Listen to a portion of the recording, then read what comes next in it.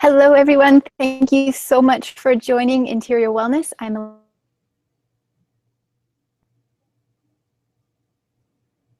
am Barnett, and he's joining the Illuminate Festival coming up January 20th through 22nd in Kelowna. And I'm really thrilled to be able to speak with him here today. It's very wonderful to speak with a man in the healing field. I find that it's a little bit female dominated. So you guys are very special. What you're offering is going to be a wonderful addition to the Illuminate. So much for joining me here today. Well, you're welcome. You're cutting out a little bit here. Not exactly sure where we are. That's okay. Our internet connection is a little bit slow today, but we are working with it and trust that the recording that needs to get through is going to get through to our viewers. So I'd like to start, Dennis, by learning a little bit more about you. I was looking at your website and your background is incredible. The amount of modalities that you teach and offer is very diverse. So how did you field yourself? What is your backstory? Well, I don't know whether we've got enough time for the whole backstory, but it's something. I mean, first of all, everything in our world is energy, and energy is everything. And I've always had an awareness of energy in that, feeling it and also seeing it. I never lost my ability to see energy. I mean, we're all born with that. We come in with that, and then we lose it because of peer pressure or parental pressure or school pressure when they say, no, you didn't see that. So I mean, I was actually born in the Okanagan. I was born in Penticton, and my parents moved back to Saskatchewan, to the prairies, when I was about 4. And I grew up on an isolated cattle ranch in southwestern Saskatchewan, and I was homeschooled until 6th grade. And that was a huge blessing for me because the system didn't get to mess with me, as it were.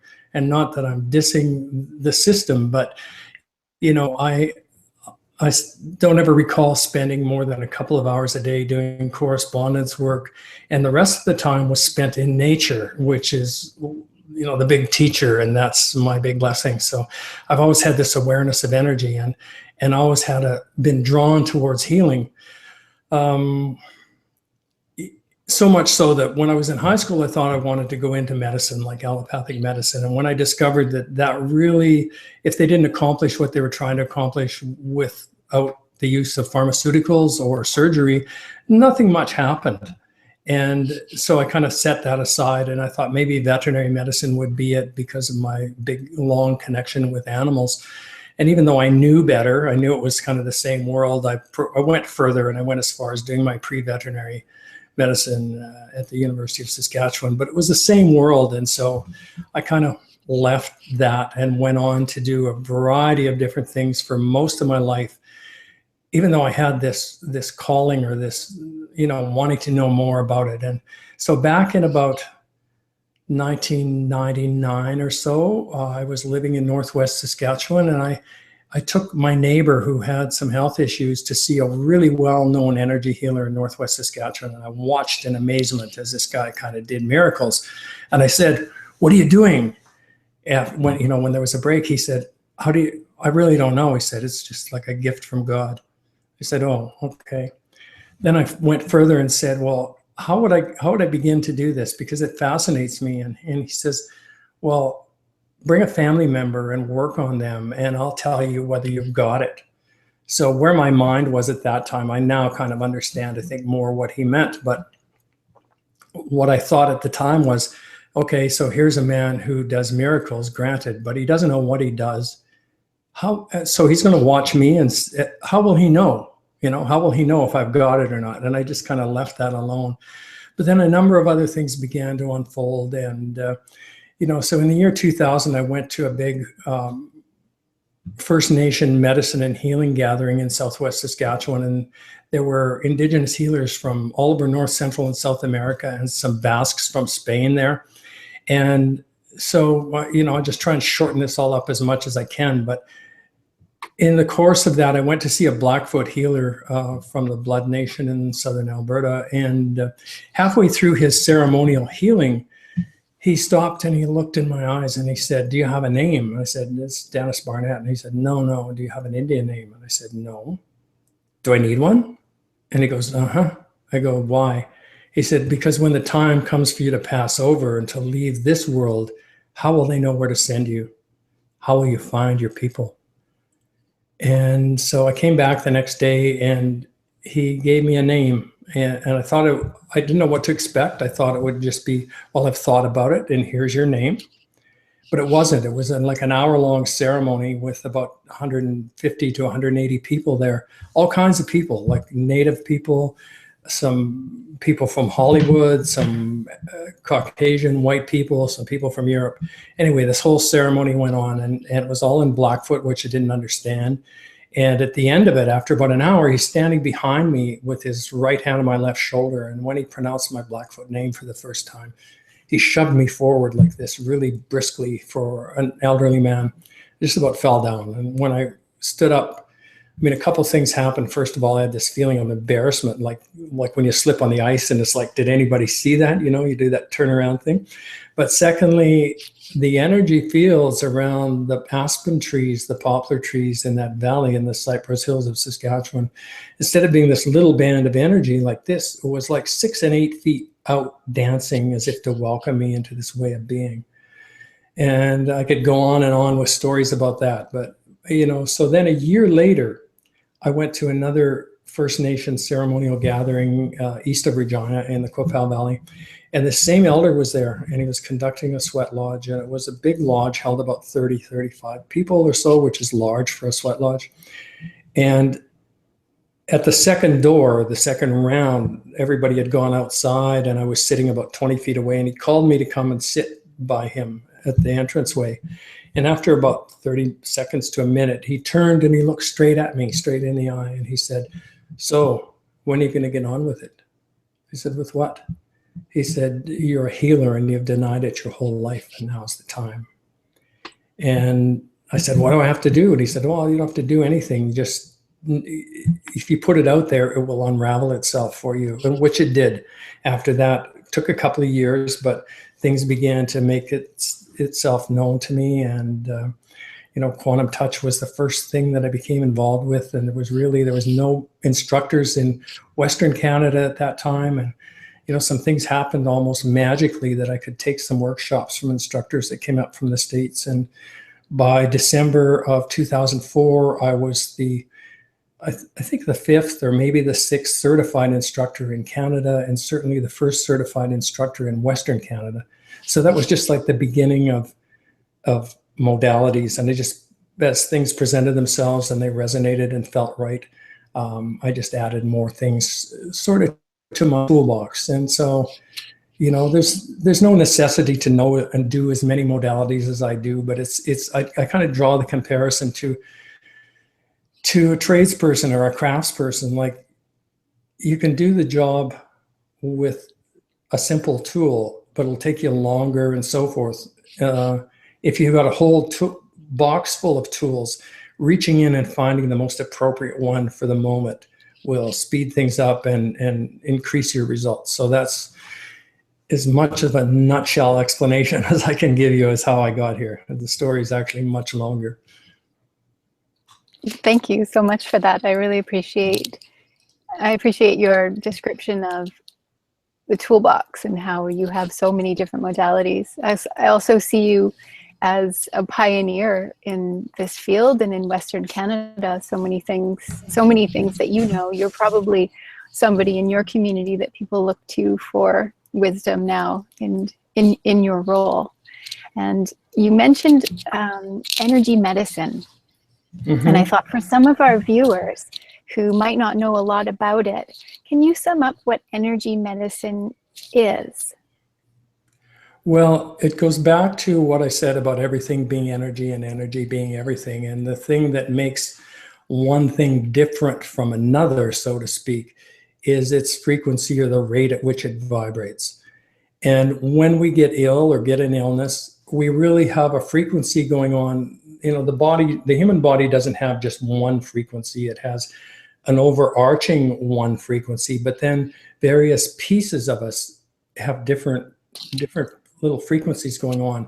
So when we get a frequency or a resonance that is out of sync or out of balance with where our normal body frequency should be, it causes pain, it causes sickness, it causes discomfort. It's out of sync, it's out of coherence.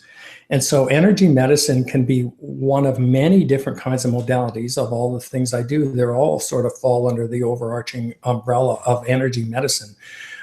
But it's a way to come in a way that's non-invasive, in a way that is sensitive to what's going on with the person, in the way to getting at the root of the problem. So it's not just dealing with symptoms, it's dealing with what is the ultimate cause of this.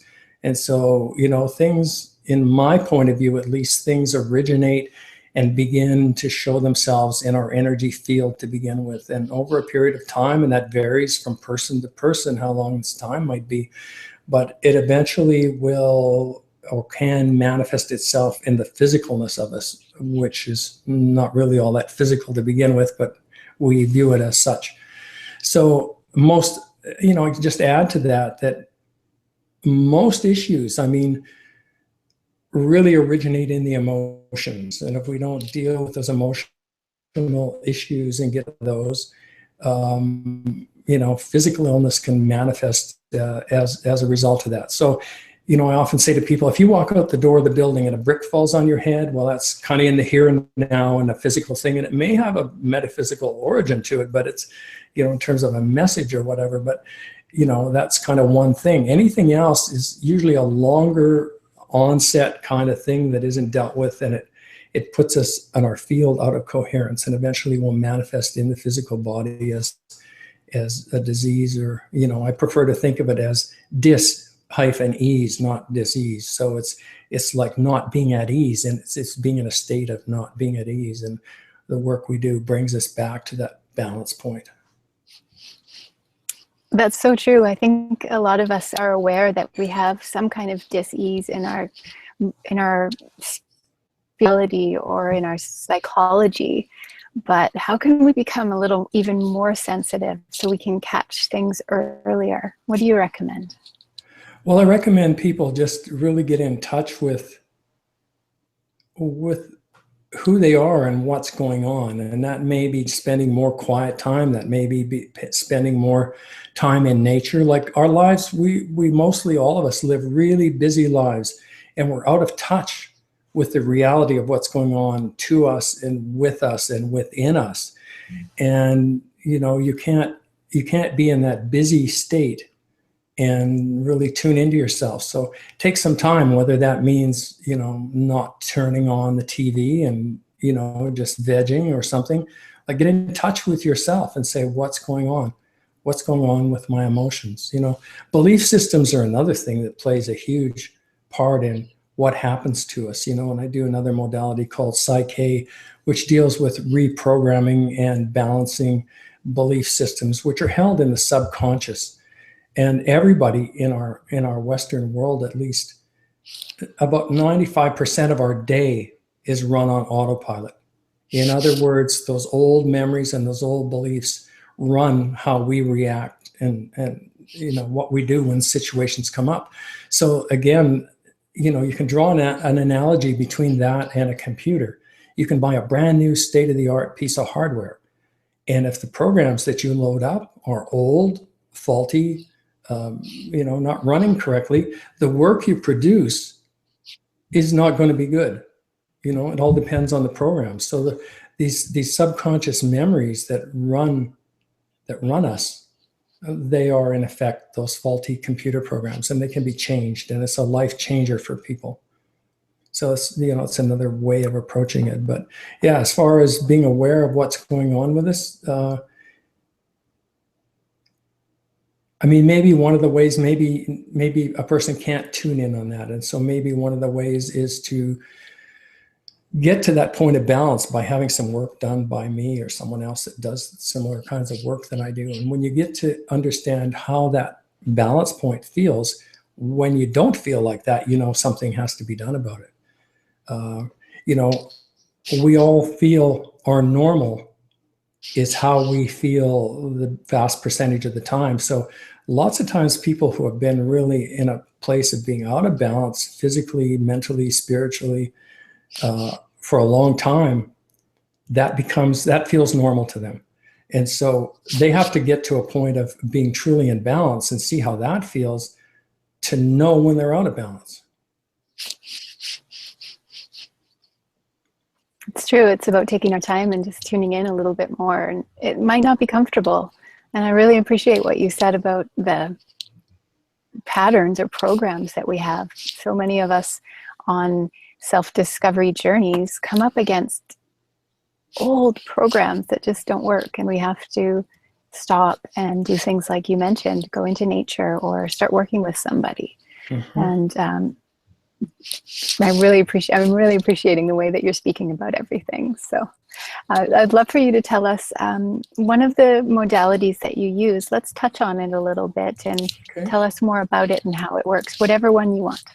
Oh, well, there's a lot of them, but in terms of the presentation and what I'm going to be doing and talking about energy medicine and what it can do for you, I'm planning on doing a couple of demonstrations there so people can actually see. And probably the first one I'll do, because that person needs to have like a 20-minute rest period for this to set in, is the adjustment of the human assemblage point.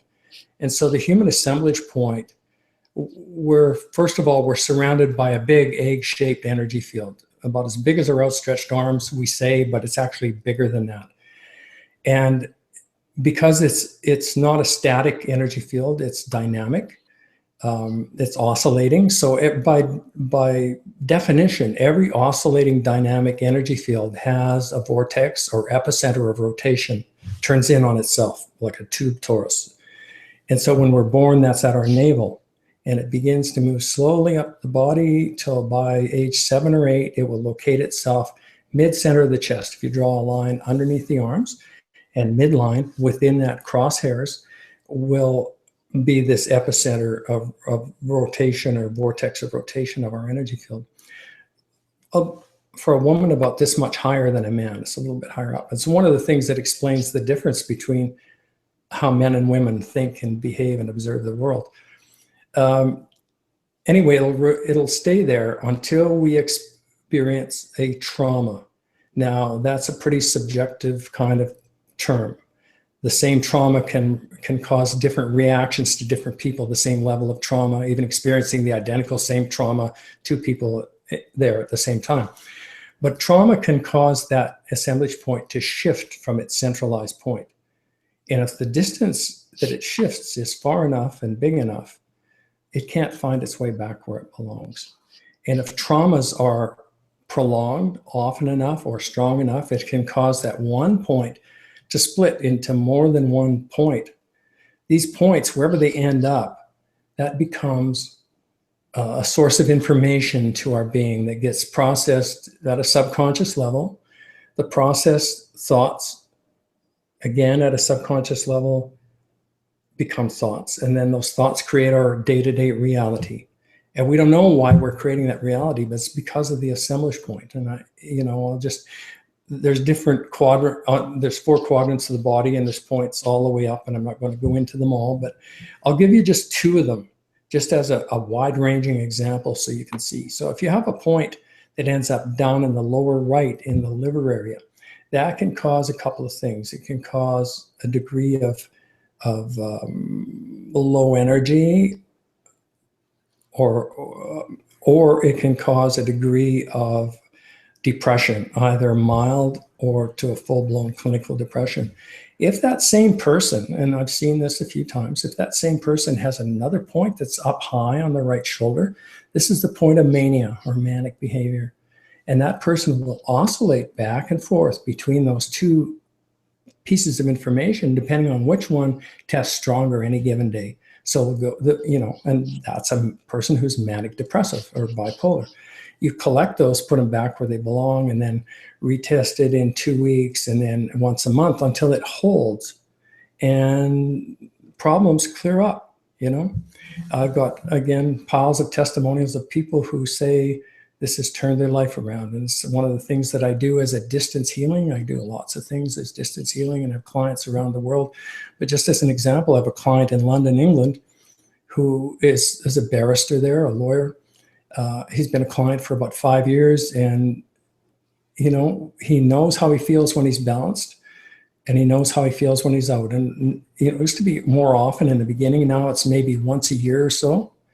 And he will call me when he's out and say, Dennis, adjust my assemblage point, and it'll be 2 or 3 sessions, and then he'll be good again for another year or so. So that's one of the modalities. So another modality I'm going to be doing and demonstrating is quantum touch. And quantum touch is a hands-on healing modality, and the basis of it is really based on the principles of resonance and entrainment. In other words, the practitioner raises their resonance to a high level, puts their hands on the client, and the client entrains or comes to match that resonance. And in the process, they do their own adjustments and their body heals itself. Like, nobody heals anybody else. Nobody. I can't heal anybody. An MD can't heal anybody. Nobody heals anybody. Only the client or the patient can heal themselves. But we all do some things to make that happen easier. So I rather describe it as, it's like, I'm like a gardener in a sense. A gardener doesn't grow the garden, but the gardener does some things to allow the plants to succeed. And, it's like they provide some moisture when it's necessary. They pull some weeds, they do some things, and the garden is successful. But the gardener doesn't grow the garden, He just enhances the process. So it works amazingly well, and I'll be doing some demos with that, like balancing and adjusting hips. Most people have hips that are out, they have occipital ridges that are out, and those respond virtually immediately, and it's measurable and people can see it happen. Also pain, it's a great pain relief. It works for everything, really. When your body frequency comes to where it should be, things dissipate. Headaches, bodily pains, injuries, whatever. And I've had lots of experiences when you can apply this when a person is experiencing trauma or in trauma. About 4 years ago, I was out hiking in Canmore with somebody who worked in the same clinic I did, and she slid down a bank, broke her leg, and so I scrambled back up and I did quantum touch for a couple of minutes, and you could see the color literally coming back into her face, and the pain dissipated, and we got her skidded down the mountain and got an air cast on within half an hour. But when you can get in before the body goes into shock and knows that it's injured or hurt, you kind of bypass a lot of the secondary things that happen with an injury. So it's kind of my go-to thing, and I do quantum touch literally with everybody when they first come in. I always do the hip and occipital balance and those sorts of things, and then depending on what else they need, I decide where I'm going to go from there in terms of other tools in my toolbox. That is wonderful. So you're going to be offering 2 workshops at the Illuminate, or just the energy medicine? Just energy medicine, just the presentation, the talk, yeah. Wonderful. But I also have a booth there. I'm going to be booth number 28, and I'm going to be doing little sessions for people for the 2.5 days.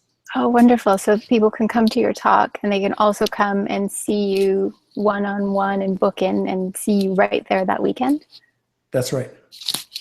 Very good. And then beyond that weekend, you work one-on-one with people, you have an office. How does that work? Yes, it does. People can either, if people are interested, the first thing I'd advise them to do is go to my website, which is dennisbarnett.ca. All the information about all the modalities is there, and a number of videos, and they can either book an appointment online, or they can just give me a phone call and I'll book them in at a time that's convenient for both of us. And I practice in Kelowna 5 days a week, and we'll just take it from there. And that link everyone can check out in the links below this video, so they can find out more about Dennis. And also January 20th to 22nd, the Illuminate event in Kelowna. And Dennis, what is something that our audience who's listening could do today? Maybe you could teach us a small thing that somebody could do today that has an energy medicine type focus that can help people to connect or heal, or whatever it is you think the most important thing. Maybe teach us a little bit. Well, this is a surprise. Well, one of the things that's useful, is actually learning how to breathe. In our society, our Western society, people don't breathe very well. People are upper chest breathers, and it's in the deeper and balanced breathing that our body can come to a more desirable state. So one of the things is not so much to do with deep breathing, but I'm going to teach you a little technique called still point. And this is about, it comes in relation to a still point if you've had any experience with CranioSacral Therapy, which I also do. And it's one of the things that gets manipulated in. But you can put yourself into a state of still point. It's kind of a mini meditative state in a sense. So it's not a breathing exercise, but you can use the breath to learn how to enter it or get into it. So if you take a deep breath and then exhale and let it all go, take a deep breath in again. And as you let it out, try to hold on to anything, a physical pain, an emotion, or anything. Like think about that thing. And as you let it go, it's really difficult to hold on to a bodily pain or an emotion or a thought when you're exhaling.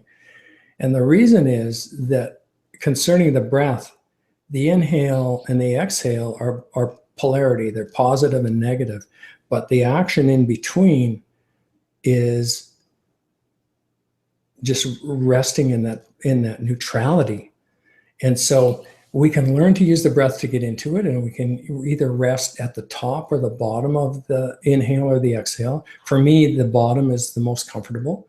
So I inhale, exhale, and just hang out in that space. Don't worry about the breath. It regulates itself again. It's like you don't have to worry about your breath when you're sleeping. Your vagus nerve looks after your breathing. So, but it's like learning to rest in that place of neutrality. And we're in the place of neutrality. We can't hang on to those things. So doing this, learning how to feel what that neutrality feels like. You can let go of your stress. You can let go of everything. And after you get used to that feeling, you can begin to work with that, kind of scan your field, as it were, every day, and let go of a couple things that are bugging you. Most people go through their day picking up 2 or 3 things to hang on to, and we hang on to those annoying things for dear life. The person that cut us off in traffic or jumped into line in the grocery store or whatever it is, we get annoyed by that. But we can learn to go into still point and let those things go. Just let them dissolve. And don't, the way to get them to dissolve is not actually to push them away, but to invite them in, welcome them in, and then ask them to dissolve. And that will clarify our life force. Like, the more time you can spend in still point, and you don't have to do it for long periods of time. Once you learn how to do it, you can drop in there every 15, 20 minutes during your day, just and be in that place. And all of these externals in the busyness of our life will begin to disappear. We become beings again and not doings. That's what we are as human beings. We're not human doings, but our whole emphasis in our world is on the doing. And the more time we can spend focused, even for moments at a time, on the being, things get better. They absolutely do. I was focusing on this little pain in my neck from being on my computer too much, I imagine. But just with that breath, I loved experiencing that. Hold on to it when the breath was moving, and to have that reminder of the pause between the breath, that still point. Thank you so much. I know that I really appreciated that, and I'm guessing that some of our viewers who are watching this right now will appreciate that simple but very powerful technique. So thank you. So what can we leave our audience with in terms of connecting with you at the event? Well, certainly I'm there, as I said, doing sessions for the 2.5 days. I'm there for the talk 10:30 Sunday morning, and you don't have to come for a session. Just come by and chat, talk to me, get a pick up a card or some information, get back to me sometime in the future. But I'm really looking forward to connecting with not only people I know, but people that I haven't had the privilege and joy of meeting yet. And, certainly looking forward to that. So don't just pass by, stop. And if you've seen this video, stop and say hi. Thank you. And events such as the Illuminate event are so special. It's such a special thing to bring people together and to raise our vibration, our consciousness, and our healing together. So be sure to check out the Illuminate event and go and meet Dennis in person at that. And thank you so much, Dennis, for joining me today and for your patience with our internet, your time today. Okay, thank you, Elizabeth. I look forward to meeting you in person one of these days.